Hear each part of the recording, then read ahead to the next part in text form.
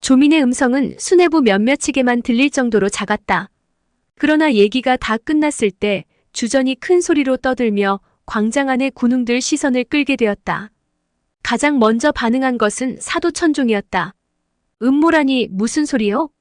그러자 떠들기 좋아하는 주전이 신이 나서 좀 전에 들은 조민의 추론을 사도천종에게 말해줬다. 역시나 말하기 좋아하는 사도천종도 주전과 주거니 받거니 하며 장단을 맞췄다. 그리고 그 두 사람의 대화는 은연중에 군웅들에게 경각심을 불어넣고 있었다. 군웅들은 두 사람의 대화를 들을수록 모골이 송연해지며 소름이 돋았다. 그때 공동오로 중 둘째 종유협이 벌떡 일어나 제안했다. 우리 모두 화제를 솔직히 툭 터놓고 얘기를 나눠봅시다. 여기 모인 여러 영웅들께선 너나 할 것 없이 도룡도에 눈독을 들이고 계실 겁니다. 하지만 고작 칼 한 자루 때문에 개인의 패가 망신은 물론이거니와 한 문파의 멸문까지 각오해야 할 만큼 값어치가 있다고는 생각하지 않습니다. 그러니 여러분, 무공 실력을 겨루되 상대방의 몸을 건드리기만 하고 그치는 선에서 승부를 보는 것이 어떻겠습니까? 사실 공동오로 중 둘째 종유협은 앞서 광명정 전투 당시 장무기에게서 칠상권 수련으로 쌓였던 내상을 치료받았다. 그뿐 아니라 이후 만안사에서 장무기의 활약으로 목숨을 건져 탈출했다. 종유협은 그 은혜를 잊지 않고 있었다. 그래서 공동파는 이번 소림사 대회에 처음부터 명교를 돕기 위해 참석한 것이다. 소생의 의견은 이렇습니다. 각 문파와 방회 그리고 교파마다 고수를 2분씩 추천해서 내보내 방금 말씀드린 대로 상대를 정하고 무예를 겨루도록 합시다.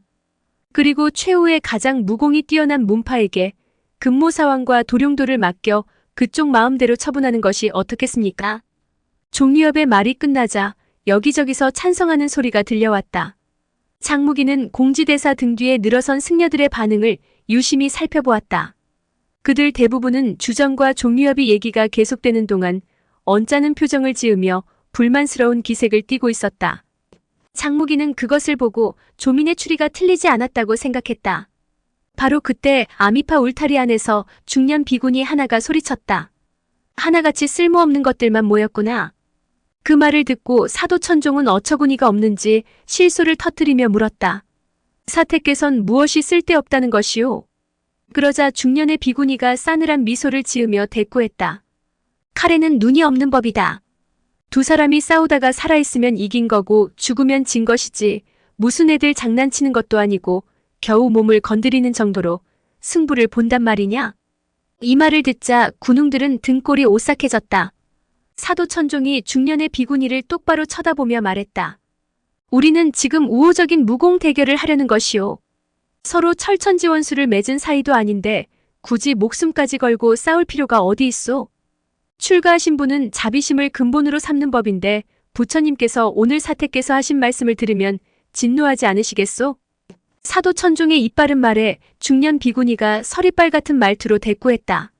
니놈이 다른 작자들에겐 허튼 소리를 짓거려도 무방하다만 우리 아미파 제자 앞에서 함부로 망발을 짓거리면 살아남기 힘들 것이다.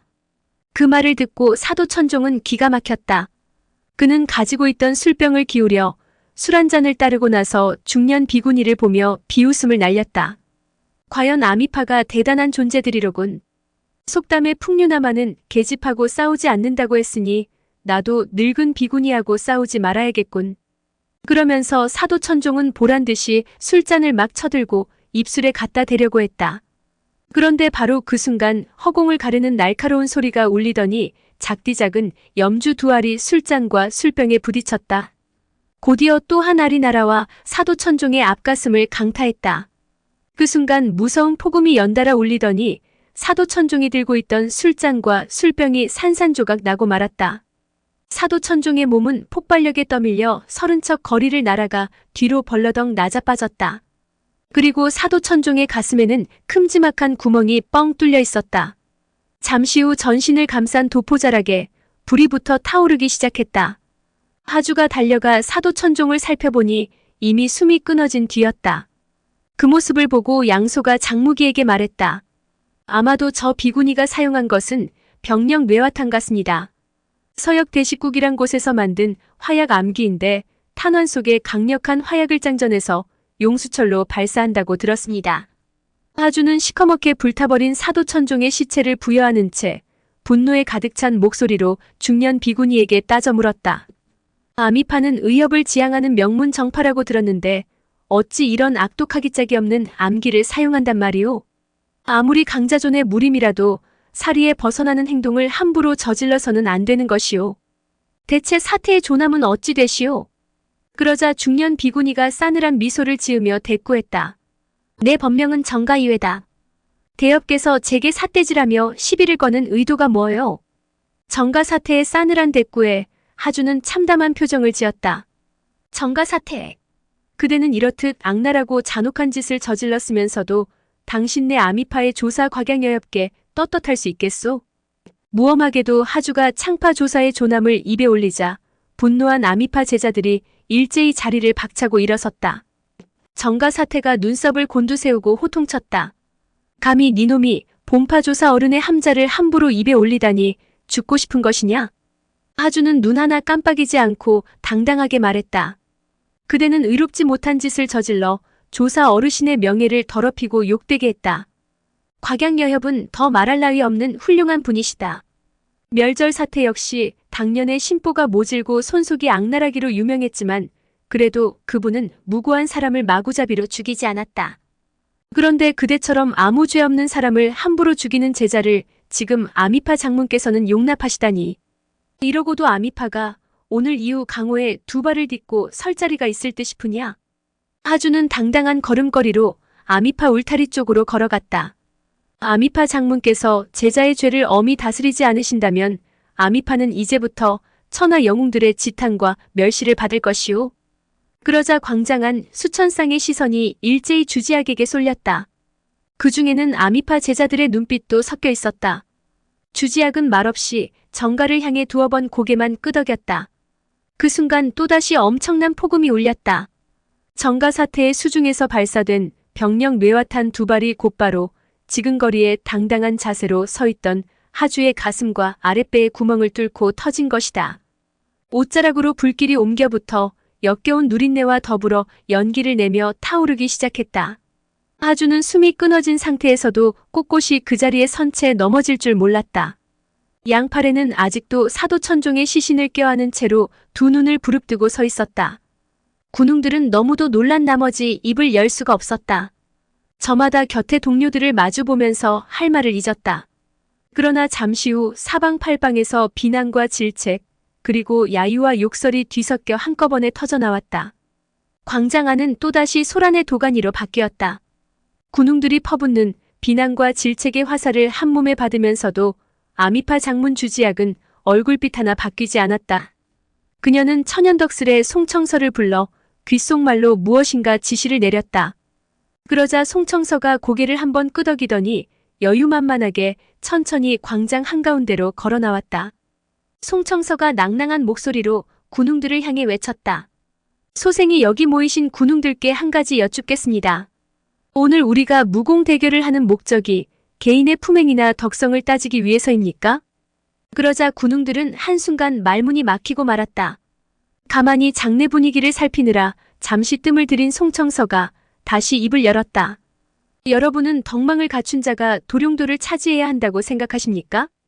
그렇다면 우리가 구태여 위험을 무릅써가면서 무공 대결을 할 필요가 어디 있겠습니까? 차라리 위대한 성인 공자님의 후손을 찾아 그에게 도룡도를 넘겨드리면 되는 것 아니겠습니까? 하지만 우리는 무리민입니다. 덕성이 아니라 무공 실력으로 도룡도를 차지해야 한다는 말씀입니다. 무공으로 대결하는 자리에선 오직 생과 사, 그리고 승과 패만 있을 뿐입니다. 상대방이 무고한지 아니면 악행을 저지른 죄가 있는지 따위를 관심 가질 필요는 없습니다. 송청서가 여기까지 말하자 군웅들 사이에서 이에 호응하는 목소리가 터져나왔다. 옳소. 창칼에는 눈이 달리지 않았으니 죽거나 다치거나 그건 팔자소간 아니겠소. 군웅들 가운데 몇몇이 손뼉까지 쳐가며 찬동했다. 송청서의 연설을 듣고 있던 무당파 유연주와 을리정은 왠지 그 목소리가 귀에 익다는 느낌을 받았다. 의아스러움에 연설을 하고 있는 송청서를 유심히 살펴보았지만 얼굴이 온통 수염투성이 추남인데다 말끝마다 본파를 내세우는 걸 보니 아미파 남자 제자가 분명하다고 생각했다. 그러나 마음속에 뭔가가 껄끄럽게 앙금이 남아 있었다. 결국 참지 못하고 유연주가 자리에서 일어나 물었다. 귀하의 조남이 어찌 되시오? 송청서가 소리나는 곳을 바라보니 평소 무뚝뚝하고 엄격하기로 이름난 둘째 사숙 유연주였다. 송청서는 저도 모르게 숨이 막혀왔다. 송청서는 떨리는 목소리로 유의엽 정도 되는 인물에게 내세울 이름이 아니라며 슬그머니 발을 뺐다. 그러나 한번 일어선 유연주는 매섭게 다그치기 시작했다. 귀하가 입만 번긋하면 무공 대결을 내세우는 걸 보니 필시 무학에 남다른 조예가 있으신 모양이오. 우리 사부님은 어린 시절 귀 아미파의 조사 곽양여엽께 크나큰 은덕을 입으셨기에 항상 제자들에게 아미파와는 절대 싸우지 말라고 말씀하셨소. 내가 궁금한 것은 귀하가 정말 아미파 제자인지 아닌지 하는 것이오. 사내대장부라면 말과 행동이 솔직하고 당당해야 하는 것 아니오. 무엇이 두려워 숨긴단 말이오. 유연주의 말에는 위험이 가득 서려 있었다. 송청서는 두 다리가 후들후들 떨리고 목이 잠겨왔다. 도무지 움직일 수도 없거니와 말을 하려 해도 입이 열리지 않았다. 그때 멀찌감치 앉아서 지켜보던 주지학이 불진을 가볍게 쳐들더니 송청서 대신 입을 열었다. 유의협, 당신에게는 숨길 필요가 없겠군요. 저 사람은 제 남편으로 이름은 송청서예요. 원래 무당파 출신이었다가 지금은 아미파 문화에 투신한 분이에요. 유의협께서 뭐라고 말씀하시든 이제는 아미파 사람입니다. 그 말에 수천 명의 영웅호걸이 모인 광장은 순식간에 찬물을 끼얹은 것처럼 잠잠해졌다. 그리고 모두의 시선이 다시 한번 주지학에게 쏠렸다. 주지학의 입을 통해 본색이 드러나자 송청서도 더는 숨길 것 없이 변장하고 있던 수염을 뜯어내고 얼굴에 칠한 화장을 지워냈다. 송청서의 얼굴을 보자 일곱 제사제 막성곡의 처참한 죽음이 떠오른 유연주는 분노로 가슴이 터질 것만 같았다. 그러나 수양이 깊은 유연주는 가슴속에서 미칠 듯이 분노가 들끓었지만 얼굴 표정은 담담하기만 했다. 그러나 눈빛만은 숨길 수가 없어 송청서는 유연주의 매서운 눈길을 마주하자 낯이 화끈거리고 따가워 견딜 수가 없었다. 그는 자신도 모르게 고개를 떨어뜨리고 사숙의 눈초리를 피하고 말았다. 주지학이 다시 말을 건네왔다. 제 바깥분이 무당파를 벗어나 아미파 문화에 투신했다는 사실을 오늘 만천하 영웅 여러분 앞에 정식으로 선포합니다. 그리고 유의협, 장지님께서 예정을 생각하셔서 무당 제자들에게 본파를 적대시하지 말라고 분부하셨다지만 그것은 그분의 의기라기보다는 차라리 그 어르신께서 무당파의 위엄과 명성을 보전하기 위한 고육지책이라고 생각하는 게 옳을 것입니다. 무척 현명하신 판단을 내리셨다고 생각합니다. 이 말이 떨어지자 대경실색한 군웅들이 여기저기서 웅성거리기 시작했다. 이야말로 무당파에 대한 도발이며 무림계의 원로인 장산봉의 호의를 모욕하는 언사였다. 을리정은 더 이상 듣고 있을 수가 없었다. 그는 울타리를 훌쩍 뛰어넘어 주지학 앞으로 걸어가더니 삿대질을 해가며 무섭게 따져묻기 시작했다. 주장문, 당신이 어릴 적 위험으로부터 구해주신 분이 누구요? 또 당신을 아미파 문화에 청구하신 분이 누구였소? 어떻게 당신이 우리 스승님께서 베풀어 주신 은혜에 보답하지는 못할 망정 오늘 이런 자리에서 그런 언사를 입에 담을 수 있단 말이오? 우리 무당파가 아미파보다 못하단 말이오? 그러나 주지학은 외눈 하나 깜짝이지 않고 담담히 웃으며 대꾸했다. 무당파가 강호의 위명을 떨치는 것은 틀림없는 사실입니다. 더구나 송대엽께선 제 시아버님 되시는 분인데 어찌 감히 무당파를 비방할 수 있겠습니까? 제 말은 무당과 아미 두 문파가 제각기 비전의 무학을 보유하고 있고 서로 배운 것이 다르기에 어느 쪽 실력이 높고 어느 쪽 실력이 낮은지 단정할 수 없다는 겁니다. 오랜 옛날 본파의 곽조사께서는 장진인께 은혜를 베푸셨고 장진인은 그 이후 저한테 은혜를 베푸셨습니다. 그렇다면 아미파와 무당파 사이의 은혜는 상쇄된 셈 아닙니까? 이제 와서 구차하게 누가 누구의 은혜를 저버렸다고 들춰낼 필요는 없겠지요. 유의협, 그리고 은육협. 무당파 제자가 아미파를 적대시하지 말라는 장진인의 말씀은 이제부터 없었던 걸로 칩시다. 이 말로 주지학은 스스로 무당파와의 우호관계를 단절하고 정면 대결을 선포했다. 광장 안의 군웅들은 또다시 웅성거리기 시작했다.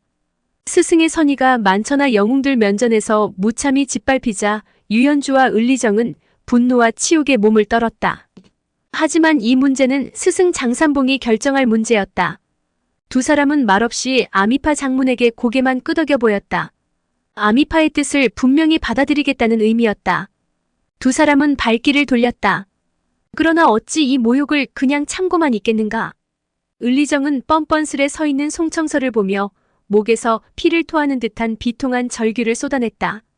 청서 이놈, 너는 어찌하여 7째 사숙을 죽였느냐? 그 말을 듣고 군웅들은 또 한 번 놀라지 않을 수 없었다. 옆에 있던 유연주가 사방을 둘러보며 목청을 돋우어 큰 소리로 외쳤다. 천하 영웅들께서는 들으시오. 무당파 문화의 불행히도 송청서라는 반역도가 태어났소. 우리 7째 사제 막성곡은 바로 저 반역도의 손에.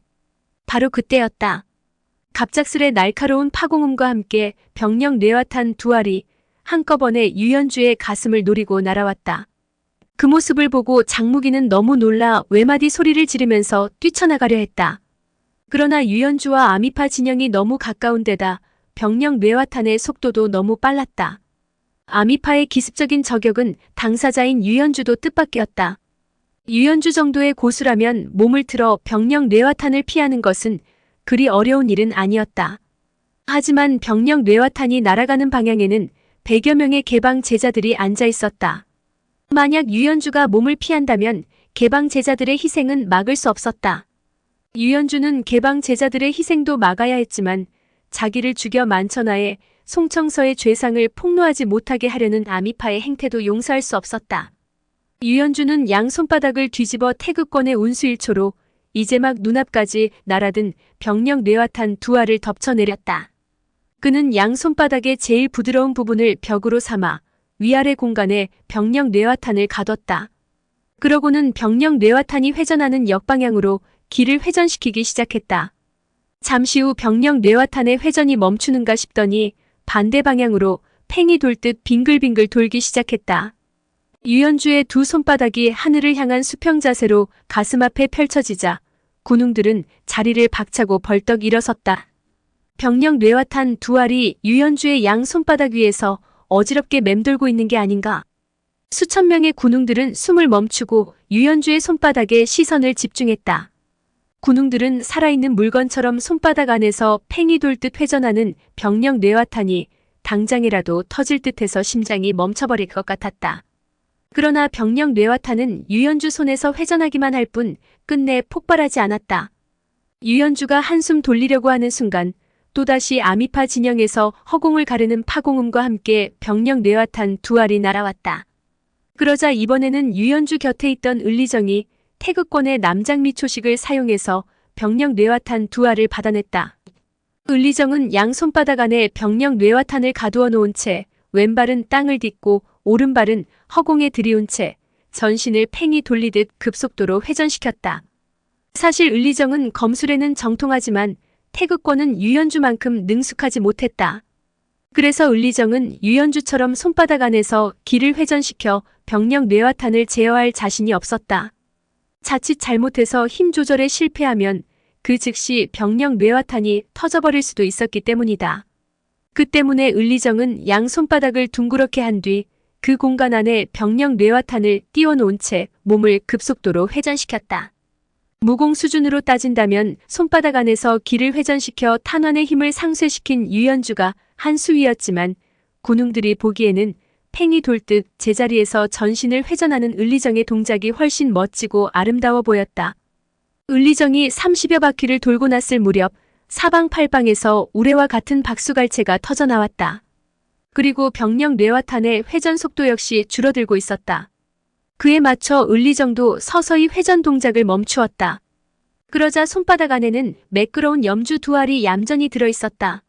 하지만 상황은 그것으로 끝나지 않았다. 또다시 공기를 찢는 파공음이 꼬리에 꼬리를 물며 잇따라 울렸다. 이번에는 8발의 병력 뇌와탄이 한꺼번에 발사되어 날아오는 것이 아닌가. 그것을 보고 유연주와 을리정은 동시에 기합 소리를 지르며 각자 손에 들고 있던 병력 뇌와탄을 무당의 접기타기 수법으로 마주 던져보냈다. 무당파의 접기타기 수법은 날아오는 암기를 암기로 맞받아치는 기술이었다. 단순히 암기를 맞춰서 떨구는 것이 아니라 날아오는 암기를 맞출 때 튕겨나가는 각도를 계산해서 날리는 기술로 하나의 암기를 날려 최소 2개 이상의 암기를 쳐내는 기술이었다. 두 사람이 날려보낸 내 아래 병력 뇌와탄은 공중에서 서로 충돌하더니 상대편에서 날아드는 8발의 병력 뇌와탄을 모두 때려 맞췄다. 그 다음 순간 귀청을 찢어낼 듯한 엄청난 폭발음이 광장 안을 진동시켰다. 맞은편 사물을 분간 못할 정도로 자욱하게 퍼진 짙은 검은 연기에 코를 찌르는 매캐한 유황과 염초의 역겨운 화약 냄새로 장내는 삽시간에 아수라장이 되고 말았다. 유연주와 을리정은 병력 뇌와탄을 투척하고는 즉시 몸을 솟구쳐 뒤쪽으로 100여 척이나 물러났다. 아미파에서 또 공격을 해올지도 모르기 때문에 멀찌감치 사정권 밖으로 빠져나온 것이다. 병력 뇌와탄의 무서운 위력을 본 군웅들은 경악했다. 잠시 후 화산파 울타리 안에서 화산이로 중 한 사람인 꺽다리 고로자가 벌떡 일어서더니 아미파를 향해 외쳤다. 비겁하게 이게 뭐하는 짓이오? 아미파는 무공을 겨룰 때 늘 이런 식으로 승리해왔던 거요? 그러자 정가 사태가 가소롭다는 듯 비웃으며 응수했다. 힘과 수단이 강한 자가 이기고 약한 자는 지는 거 아니겠소? 우리가 서책 읽는 서생도 아니고 사사건건 규칙이니 도리니 하는 것을 따져 뭐하겠소? 규칙과 도리를 따져가며 천하의 패자가 된 사람을 본 적이 있으시오? 고로자는 딱히 반박할 말을 찾지 못해 욕설을 퍼부었지만 병력 뇌와탄이 두려워 감히 아미파 쪽으로 접근하지는 못했다. 장무기는 주지하기 자기 때문에 저렇듯 모질게 변했나 싶어 마음이 아팠다. 그는 사태를 어떻게 수습할까 고민하다 뭔가를 결심한 듯 명교 울타리 바깥으로 걸어 나왔다. 그러고는 뚜벅뚜벅 아미파 진영으로 다가가 주지학에게 사과의 말을 건넸다. 주장문, 모든 허물은 나한테 있어. 내가 당신에게 잘못을 저지른 탓이니 날 용서하구려. 그러나 송사영이 7째 막사숙을 해친 일은 어떻게 해서든 짚고 넘어가야 할 문제요. 내 생각에는 아무래도 송사영이 2분 사숙 어른을 따라 무당산으로 돌아가서 부친께 죄를 청하는 것이 옳을 듯입소. 그러자 주지학이 싸늘하게 비웃으며 말했다. 장교주, 예전에 당신은 흐리멍덩하긴 해도 그런대로 대장부다운 맛은 제법 있다고 여겼는데 이제 보니 야비하고 질투가 많은 소인배였군요. 사내대장부라면 자신이 저지른 일은 스스로 책임져야 하는 법 아닌가요? 막치렵은 당신이 죽였는데 어째서 내 남편에게 죄를 뒤집어 씌우는 거죠? 그러자 장무기는 대경실색하며 주지학에게 소리쳤다. 무엇이라? 방금 뭐라고 했소? 지금 나더러 7째 사숙을 죽였다고 했소? 세상에 그런 억지가 어디 있단 말이오? 오늘의 영상은 여기까지입니다. 영상이 도움이 되셨다면 구독과 좋아요, 알람 설정 부탁드립니다. 시청해주셔서 감사합니다.